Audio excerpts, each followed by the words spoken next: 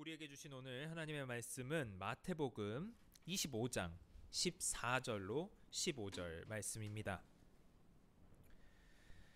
마태복음 25장 14절로 15절 하나님의 말씀을 다 함께 읽겠습니다. 또 어떤 사람이 타국에 갈 때 그 종들을 불러 자기 소유를 맡김과 같으니 각각 그 재능대로 한 사람에게는 금 5달란트를, 한 사람에게는 2달란트를, 한 사람에게는 1달란트를 주고 떠났더니. 아멘. 네, 잠깐 기도하시고 오늘 말씀 전하겠습니다. 하나님 아버지 감사합니다. 우리에게 주님의 말씀을 사모하는 마음을 주시고 주님과의 약속을 지키고 주님의 임재를 사모하며 이 자리 주님 앞에 나옵니다. 주님, 이 자리에서 우리에게 말씀하여 주시고 주님의 말씀이 우리 귀에 들릴 때 단순히 귀에만 들리는 것이 아니라 감각을 넘어 신체를 넘어 이성을 넘어 우리 영혼까지 쪼개는 말씀이 되도록 주여 인도하여 주옵소서. 주님의 말씀이 우리의 삶을 근본적으로 변화시키는 말씀 되도록 주님, 이 시간 주님 오셔서 역사하여 주시옵소서. 예수님의 이름으로 기도합니다. 아멘. 네, 오늘 말씀도 지난번 말씀과 제목이 같습니다. 나는 믿나이다. 내가 믿나이다. 네, 나는 믿는다라는 이 말, 지난번에도 말씀드렸다시피 사도신경을 구성하는 가장 중요한 3번의 고백이라고 말씀드렸습니다. 이 나는 믿는다라는 주제를 말씀을 드릴 때 이 본문은 조금 안 어울리는 것 같다라는 생각을 하실 수도 있을 것 같아요. 저도 처음에는 그렇게 생각을 안 했었거든요. 왜 그러냐면요. 네, 다음으로 좀 볼까요? 예, 우리가 달란트를 자꾸 재능으로 생각을 해요. 근데 그게 영어 때문입니다.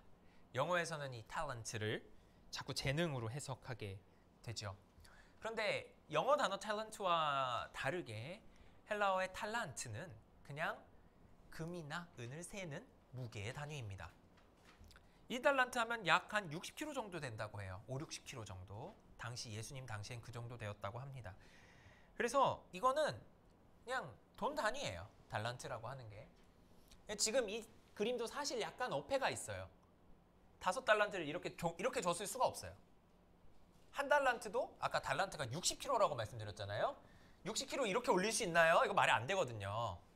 이게 동전으로 이렇게 된 게 좀 너무 작아 보이는 그런 효과를 좀 주기는 합니다. 그런데 묵상을 하다 보니까 이 말씀이야말로 믿음에 대한 아주 깊은 이해를 담고 있는 본문으로 봐야 할 것 같아요. 오늘 본문에서의 달란트를 믿음이라고 생각하고 이 말씀을 접근하면 믿음은 하나님의 선물이라는 측면에서, 또한 어떤 사람이 각 종에게 준 달란트라는 측면에서 이게 오늘 말씀에서 각기 재능대로 줬다라는 말씀이 있었죠. 그런데 이 각기 재능대로, 만약에 탤런트를 영어 탤런트로 가서 재능을 줬다라고 하면 재능대로 재능을 줬다라고 하는 좀 말이 안 되는 이상한 문장이 완성이 되게 됩니다. 그래서 이 재능으로 이것을 해석하는 건 좀 옳지 않다. 하나님께서 우리에게 주신 어떤 은사 이렇게 생각하는 것도 조금 어색하다. 왜냐하면 헬라어 원문에서는 그 재능도 은사와 같은 단어를 썼기 때문이에요. 능력으로 번역돼서 디나미스라는 단어를 사용했는데, 그래서 좀 어색하다. 그러면 예수님이 일부러 그렇게 하셨을 리는 없고 말을 겹쳐놓으시진 않았을 거고 다른 의미로 말씀을 하셨을 것이다 라는 생각을 하게 됐죠. 믿음으로 이거를 해석을 하게 되면 우리는 이 말씀을 생각하게 됩니다. 에베소서 4장 7절과 8절, 7절만 한번 읽어보시죠.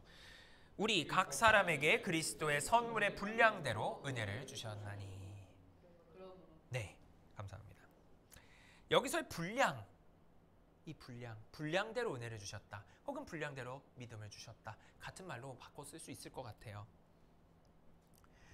그런데 이 말도 사실은 우리가 좀 오해하기 쉽게 만듭니다. 이 분량이라는 말은 어떤 거를 이렇게 측정하게 되잖아요. 분량이라는 말 자체가. 그리고 달란트의 비유에서도 5달란트, 2달란트, 1달란트라는 어떤 양의 단위가 나오다 보니까 우리가 이 달란트를 어떤 수적인 개념으로 좀 생각하게 돼요. 어떤 차이가 있는 수 이렇게 생각하게 됩니다.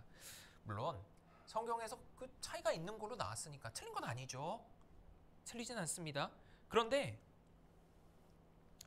오늘 본문은 전적으로 그 받은 달란트의 양이 다른 이유를 그냥 그 재능대로 한마디로 그냥 다 축약해버리고 있어요. 다른 어떤 것도 없습니다. 그냥 각기의 재능에 맞춰서 준 겁니다. 그냥 이렇게 얘기하고 딱 잘라버리고 있어요.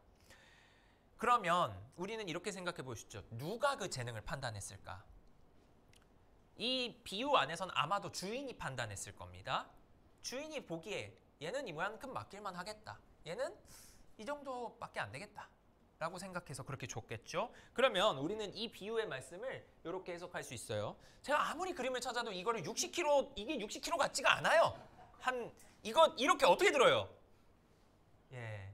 만약에 이렇게 들 수 있다면 그분은 근육이 우락부락 하겠죠? 예, 좀 이상하긴 하네요. 그러면 이 비유의 말씀을 우린 이렇게 적용해 볼 수 있을 겁니다. 다시 돌아와서 보면. 자, 주인이 그 주인은 누굽니까? 곧 하나님이죠. 하나님이신 예수님은 주인이 타국에 가려고 했어요. 이 땅을 떠나서 승천하셨죠. 곧 돌아올 거예요. 예수님도 곧 돌아오실 거예요.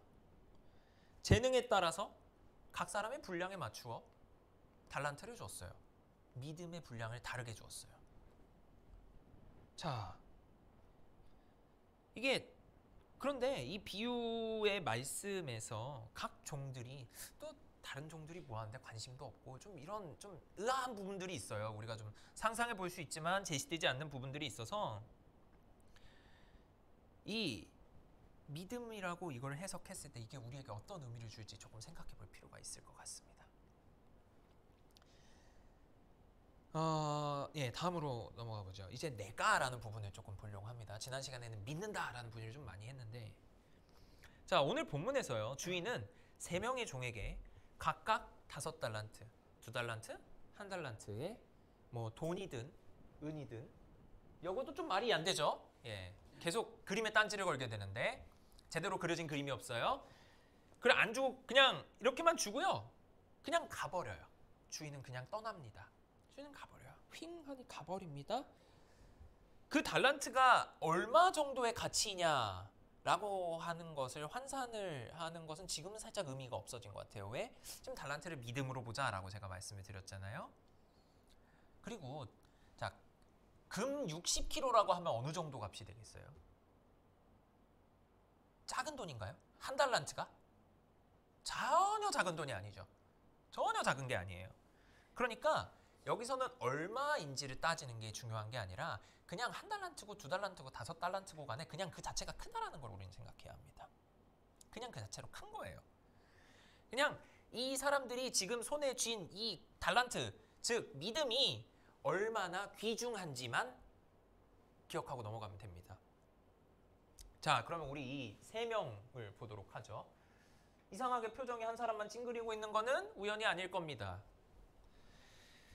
자, 여기서 나는 믿는다 라고 얘기했을 때 우리가 나라는 개인을 좀 살펴볼 필요가 있을 것 같아요. 나. 여러분께 한번 여쭤보죠. 여러분의 신앙의 근원은 어디 있습니까? 다시 말해서 여러분은 여러분이 믿어서 하나님을 믿습니까? 아니면 누가 하나님이 있다고 그러니까 믿습니까? 아니면 진짜 성경에서 하나님이 믿음 주셨다고 하니까 그냥 감사하게 믿습니까? 어느 쪽입니까?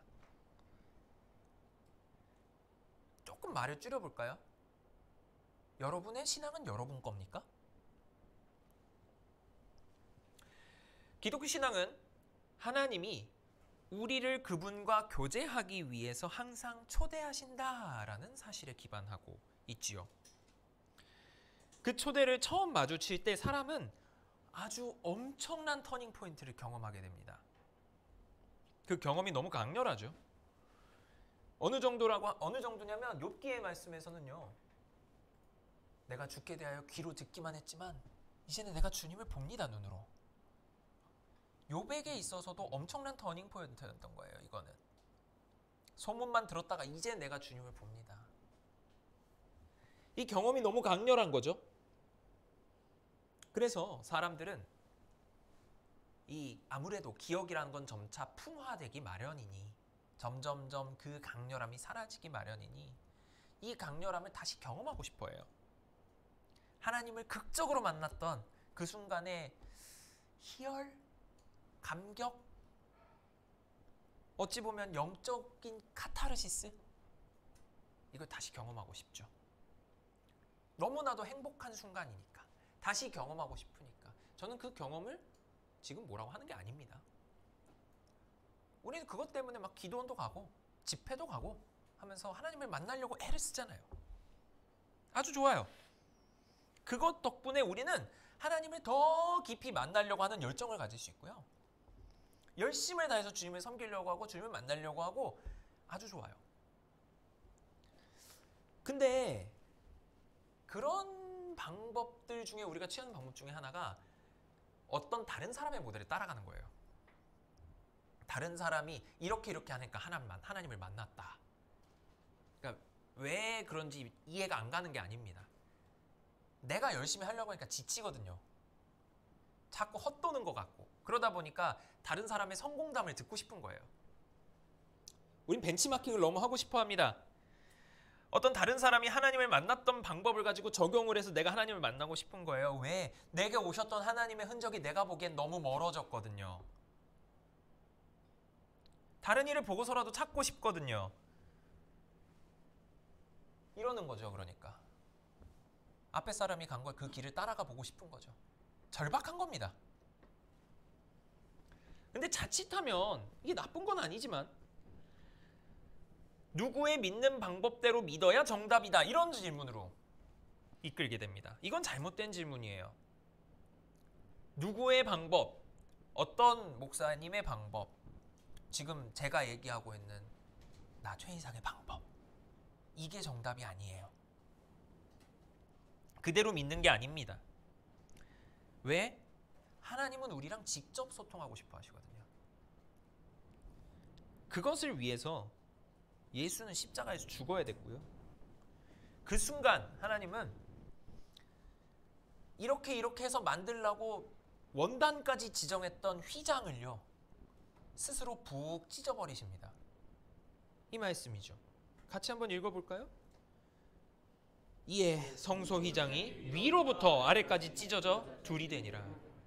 이 휘장은 뭐죠? 우리와 항상 보여주지 않으려고. 너희가 나를 보면 죽어. 그러니까 나를 구별된 날 하루만 딱 봐야 돼. 대제사장만. 그것 때문에 만들어 놓으신 지성소와 성소의 가림막이에요.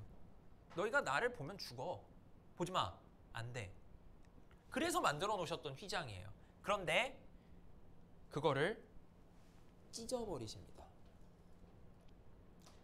하나님이 그 정도로까지 하셨다라는 걸 우리가 기억한다면 우리는 다른 사람의 믿음을 참고는 할 수 있지만 그게 내 것이 되도록 애쓸 수는 없다는 거죠. 하나님은 나와 직접 소통하고 싶어 하시니까요. 자, 우리가 이제 다시 그 비유로 돌아와서요, 주인이 떠나버린 세 명의 종을 좀 보죠. 네, 다음 거로 넘어가 주세요. 네. 각기 다른 분량의 달란트를 손에는 못 들고 있을 거가 아마 옆에 내려놨을 거예요. 네, 아마 손에는 못 들었어요. 300kg를 어떻게 들어요? 이거 말이 안 되잖아요. 아무리 줄여줘도 250kg예요. 안 돼요. 팔 나갑니다. 자, 그런데 보통 이런 케이스에서 지금 이 그림을 그린 이 만화 작가분도 약간 상상해서 그렸듯이 지금 오른쪽에 두 사람은 그냥 웃고 있는데 맨 왼쪽에 한 달란트 받은 사람은 슬쩍 불만스러운 표정을 짓고 있어요. 남보다 적게 받아서였겠죠. 우리 상상대로라면 누가 이렇게 돈 주고 나면 그 포도원 비유에서도 나오잖아요. 남이 받은 거를 보게 됩니다. 와, 이 사람은 뭘 했는데 이렇게 받았지? 그런 생각하게 되죠. 그런데 예수님은 그 우리의 당연한 질문을 관심 없어 하세요. 지금 관심이 없어요. 이 비유에서 언급되는 거는 그냥 이 사람들한테 몇 달란트 줬다. 왜 그렇게 줬어? 재능대로 줬어. 다음은 끝. 이 사람들이 서로의 양을 비교하는 장면도 나오잖아요. 이건 우리 상상이에요. 예수님은 말씀을 안 하세요. 왜 비교하는 내용이 없을까에 대해서는 우리가 다음번 조금 뒤에서 다룰 거고요. 그럼 왜 다르게 줬냐? 왜 비교하지 않았냐가 아니라 그건 좀 이따 하고 왜 다르게 주었느냐? 요한복음 21장, 그러니까 요한복음의 21장은 부록에 가까운데 21장에서는 이런 말씀을 하시죠. 이에 베드로가 그를 보고 예수께 여짜오되, 여기서 그는 요한입니다.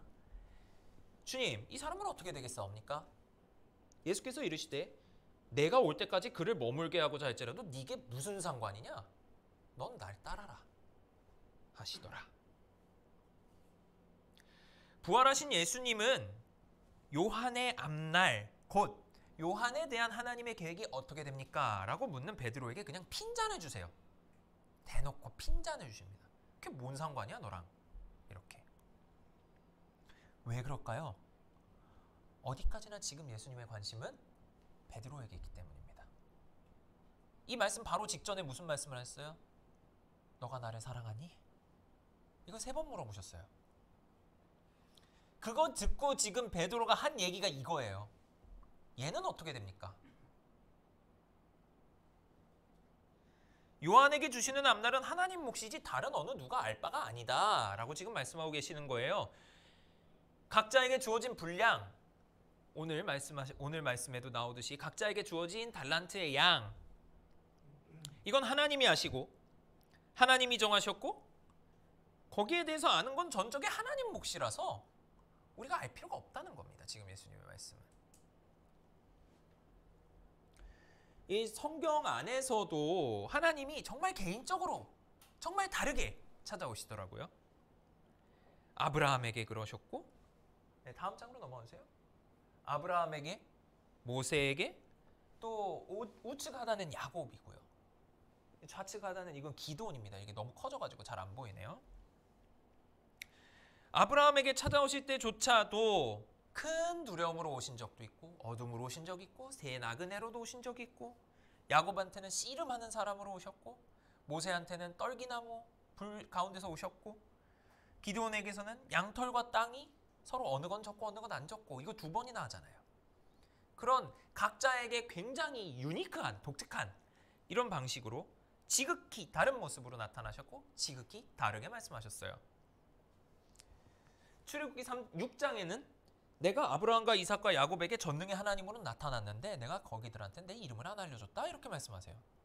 내 이름이 여호와라고는 말한 적이 없어. 거기들한테 너한테만 얘기하는 거야 라고 모세에게 말씀하시는 거예요. 그러니까 굉장히 다른 모습으로 말씀하셨다는 거죠. 오늘 말씀에서 세 종은요 각기 다른 양의 달란트를 받았고, 그런데 서로가 서로의 것을 빌려 갔는지 빌려 줬는지, 서로가 자기 야 너 이 방법 하지 말고 이 방법 해봐 이런 얘기를 했는지, 이런 반구도 관심이 없어요. 5달란트 받은 자는 그냥 바로 가서 장사했고요. 2달란트 받은 자는 그냥 그와 같이 했고요. 다음 슬라이드로 넘어가시면 돼요. 네. 한 사람은 장사했고요. 한 사람은 따라했고요. 한 사람은 삽을 들었습니다. 그 차이예요. 서로가 서로의 방법론이 그래서 형님 이거는 어떻게 돌아가는 겁니까? 뭐 이게 해보니까 어떻습니까? 이런 거 안 물어봐요. 그냥 중간에 있는 한 사람은 따라했을 뿐이고요. 첫 번째 5달란트 받은 사람은 그냥 장사했고요. 그냥 각자 나름대로의 방법론대로 한 겁니다. 각자의 수단을 가지고 어찌 보면 최선을 다했죠. 3번째 사람도 최선은 다한 거예요. 삽을 들고서 삽질하는 데는 최선을 다했죠. 그래도 다른 사람의 방법론을 참고하는 게 잘못이 아니라는 건 우리가 2달란트 받은 사람의 행동에서 볼 수 있을 것 같아요. 5달란트 받은 사람이 어떻게 했는지 보고 참고한 것 같아요. 가서 그와 같이 따라했다. 다른 사람의 믿음의 예시를 알고 내가 해보는 것이 틀린 건 아니란 겁니다. 잘못된 건 아니란 거예요. 근데 좀 위험해요. 왜 위험할까요? 만약 2달란트 받은 사람이 1달란트 받은 사람의 방법을 참고했다면, 장사하러 안 가고 창고에 가서 삽을 꺼내버리면, 우리는 결론을 알고 있잖아요. 그래서 다른 사람의 믿음의 예시에 우리가 너무 의존하는 건 위험하다는 겁니다. 잘못될 수도 있으니까. 하나님이 우리 각자에게 준비하신 믿음의 형태가 각자에게 다 다르니까. 하나님의 형상이라는 것 다 다르지만 하나님이라는 하나의 정점을 향해 올라가는 것 아니겠어요? 각 사람에게 주신 믿음의 분량이 다른데 그 믿음의 대상이 하나님이라는 사실은 다 같잖아요. 로마서 12장 3절 말씀 같이 한번 읽어볼게요. 내게 주신 은혜로 말미암아 너희 각 사람에게 말하노니 마땅히 생각할 그 이상의 생각을 품지 말고 오직 하나님께서 각 사람에게 나누어 주신 믿음의 분량대로 지혜롭게 생각하라. 각 사람에게 나누어 주신 믿음의 분량. 우리 각 사람에게 하나님이 주시는 믿음은요, 우리의 삶을 송두리째 바꿀 정도로 변혁적이에요. 그 변혁은 각자의 삶에 있어서의 근본적 변화이기 때문에 각자에게 주시는 하나님의 은혜의 패턴도 상황도 모두 다를 겁니다.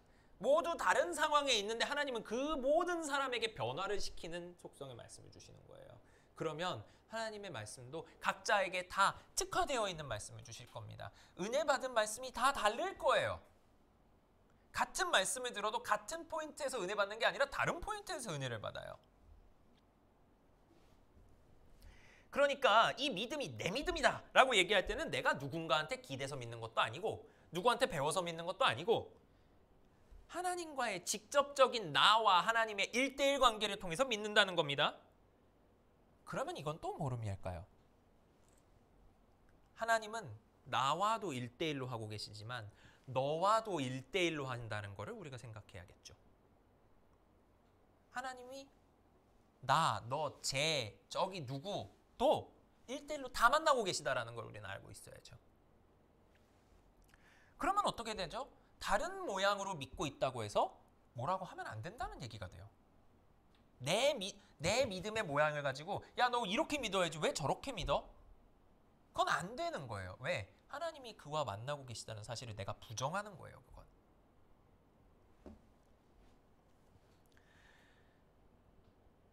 그리고 또 있지 않습니까? 성경을 통해서 자세히 보는 방법 말고는 없는데 우리가 하나님의 모습을 알 수는 있습니까? 자세히 봐도 몰라요. 우리가 누구길래 하나님을 안다고 얘기하죠? 하나님을 믿는 방법이 이렇다라고 얘기하죠? 지금 뭐 길이 여러 가지긴 한데 한 가지 길로 이렇게 뚫려 있는 것 같아요. 1차선을 타든 2차선을 타든 3차선을 타든 4차선을 타든 알 바 뭡니까? 하나님한테 가면 되죠. 하나님이 그 사람한테 깔아준 길이 다른 길인 거지. 누구한테는 저리 돌아오는 길을 주실 수도 있고 누구는 길이 엄청 화려할 수도 있어요. 누구는 그냥 시골길 같은 오프로드를 주실 수도 있고. 근데 그 오프로드를 간다고 너 왜 오프로드를 가니? 라고 하면 그 사람이 오프로드용 트럭을 타고 있으면 이상하잖아요. 하나님이 그 사람에게 맞는 길을 깔아주신 거예요. 그래서 각자의 삶에 각자에게 주신 하나님의 말씀이 있든 믿음의 형태도 따로 주세요. 누군가에게 강요해서 만들어진 내 방식대로 믿어라 라고 하는 것, 그것이 얼마나 큰 해악일지. 선교지에서 한국교회가 큰 열매를 못 맺는 것도 어찌 보면 그런 문제가 있어서가 아닐까. 혹은 뭐 19세기에 이제 제국주의 선교가 아프리카나 이런 곳에서 오히려 역반응을 일으키고 있어요. 그 사람들 입장에서는 침략자의 종교, 우리를 다 없애버리는 종교. 그래서 기독교라고 얘기하면 진절머리 치는, 오히려 불 질러서 화염병을 던지려고 하는 그런 사람들로 만들어버렸다고요. 그게 왜 그렇겠습니까? 어떤 방법을 잘못 강요한 겁니다.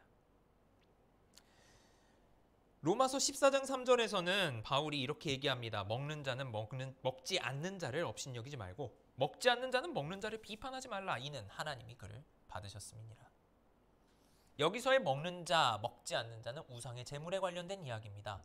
우상에게 바쳐졌던 제물을 먹든 먹지 않든, 율법에서 금하고 있는 걸 먹든 먹지 않든 하나님이 받으셨다는데 비판하지 말고 업신여기지 말고 그냥 내비둬. 하나님이 받으셨어. 또 그걸 알기 때문에 히브리서 저자는요, 권면할 때도 되게 조심스럽습니다. 형제들아, 내가 너희를 권하노니 권면의 말을 용납하라. 내가 간단히 너희에게 썼느니라. 히브리서 저자분 만나보면 나중에 이런 얘기하고 싶어요. 이게 간단하냐고. 예, 간단하진 않은데 권면의 말을 용납하라. 내가 권면을 좀 하는데 좀 받아줬으면 좋겠어 라고 조심스럽게 얘기하고 있습니다. 자, 다시 이 세 종으로 돌아와 볼게요. 네.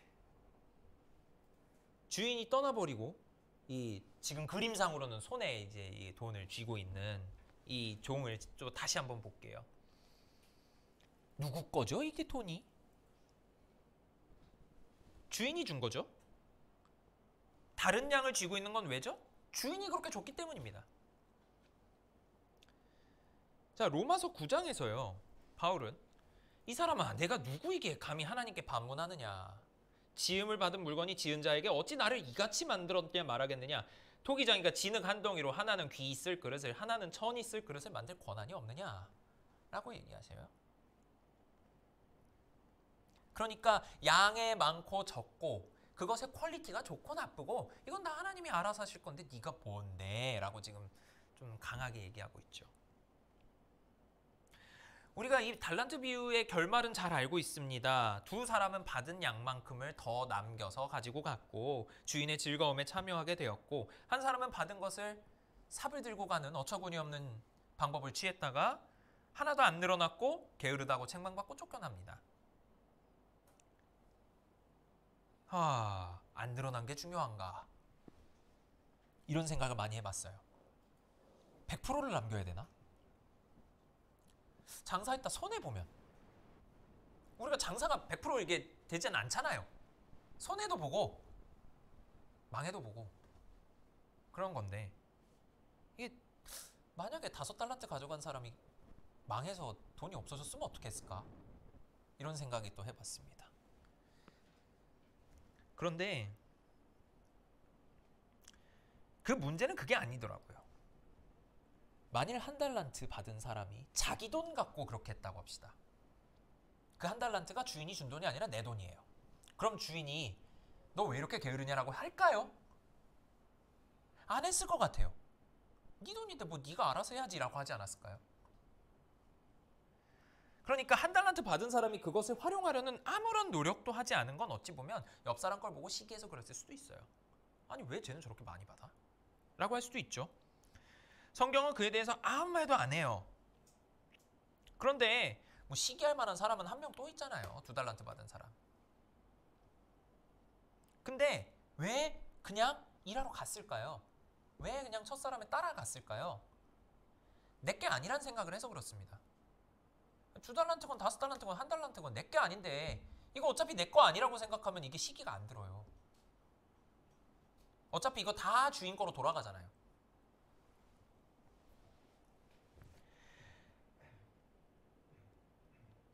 그러니까 이 종의 최종 처분, 이 1달란트를 숨겨놨다가 찾아온 사람이 책망을 받고 쫓겨나고 1달란트도 회수당하는 이 결말은 주인의 것에 대해 불성실했기 때문에, 주인의 것인데 맘대로 그것의 처분을 결정했기 때문에 내려진 형벌입니다. 성실하게 관리할 책임이 있었는데 그걸 관리하지 않은 거예요. 자, 그러면 이 달란트를 믿음이라고 보자라고 제가 처음에 말씀을 드렸어요. 그러면 믿음도 그런 거예요. 하나님이 주신 믿음에 대해 불성실한 것, 그 믿음이 내 거라고 생각하고 가만히 두는 것, 그게 문제라는 겁니다. 그래서 나는 믿는다라는 말은 함정이 있습니다. 사형리가 가진 함정도 비슷하게 있습니다. 왜냐하면 내가 믿는다라고 했기 때문입니다. 주체가 나이기 때문이에요. 내가 믿는다라는 말이 내가 원해서 믿는다라는 뜻으로 우리를 자꾸 이끌어가요. 근데 이거는 기독교적인 이해가 아닙니다. 사도행전 3장 16절, 우리가 얼마 전에 이제 수요일에 이제 사도행전 이걸 공부를 해나가면서 이 구절도 보았는데, 그 이름을 믿음으로 그 이름이 너희가 보고하는 이 사람을 성하게 하였나니 예수로 말미암아 난 믿음이 너희 모든 사람 앞에서 이같이 완전히 낫게 하였느니라. 믿음 자체가 예수로 말미암아 낫다라고 베드로가 얘기하고 있어요. 하나님에 대한 믿음 자체는 예수로 말미암아 난 겁니다. 인간이 자기 스스로는 예수를 구주로 받아들일 수가 없는 거예요. 자기 자신 발견이 안 되기 때문입니다. 다시 말하면 인간은요, 그 믿음은 자기로부터 시작한 게 아니라 하나님으로부터 시작한다는 선언입니다. 왜? 인간은요, 자기 자신을 볼 줄 몰라요. 내가 뭘 못한다라는 걸 볼 줄 몰라요. 그러면 하나님을 볼 생각을 못해요. 내가 다 할 수 있을 것 같아요. 그렇기 때문에 이 믿음이란 하나님이 먼저 시작해서 인간에게 주지 않으면 인간은 평생 가질 수가 없어요. 인간은 그래서 그걸 선물로 받은 겁니다. 예수님의 동생 유다는요, 이걸 정확하게 간파했습니다. 유다서 3절 말씀 같이 한번 읽어보죠.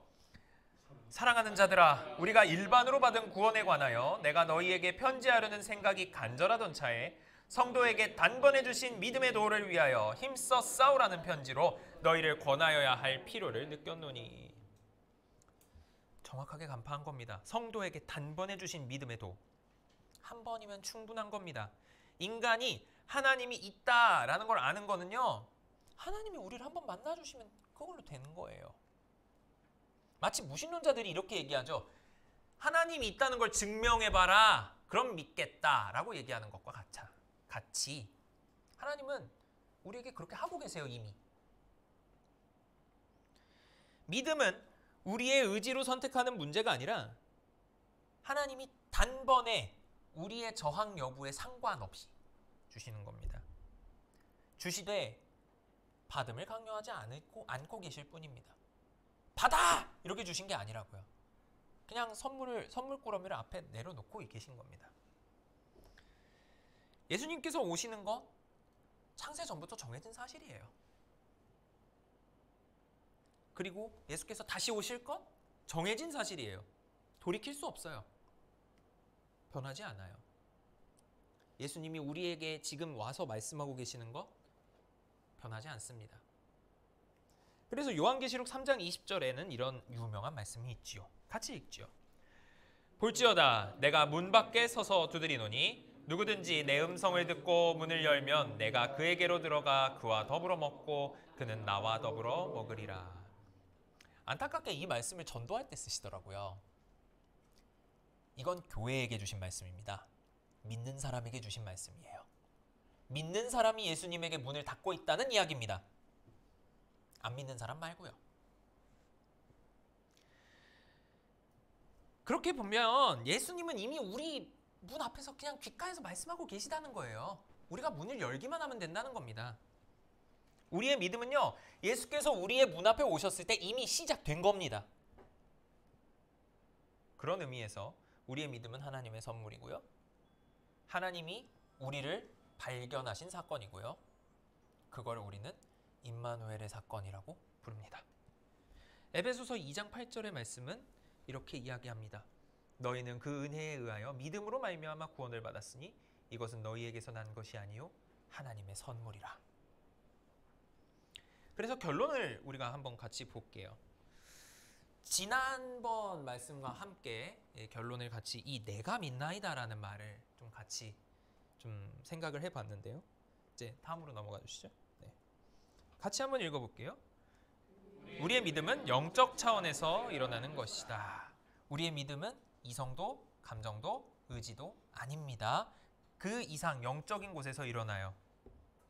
이 믿음은 하나님 앞에 내 모든 것을 맡기는 하나님께 뛰어드는 형태로 이루어지게 됩니다. 다음입니다.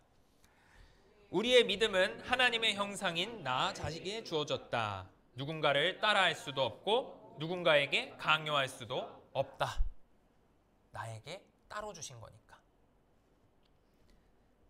마지막입니다. 우리의 믿음은 하나님으로부터 온 것이다.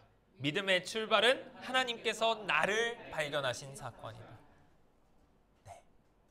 내가 나를 발견하신 사건입니다. 하나님이 나를 발견하신 사건. 물론 하나님께서 우리를 모르고 계셨다가 찾았다라는 의미가 아니에요.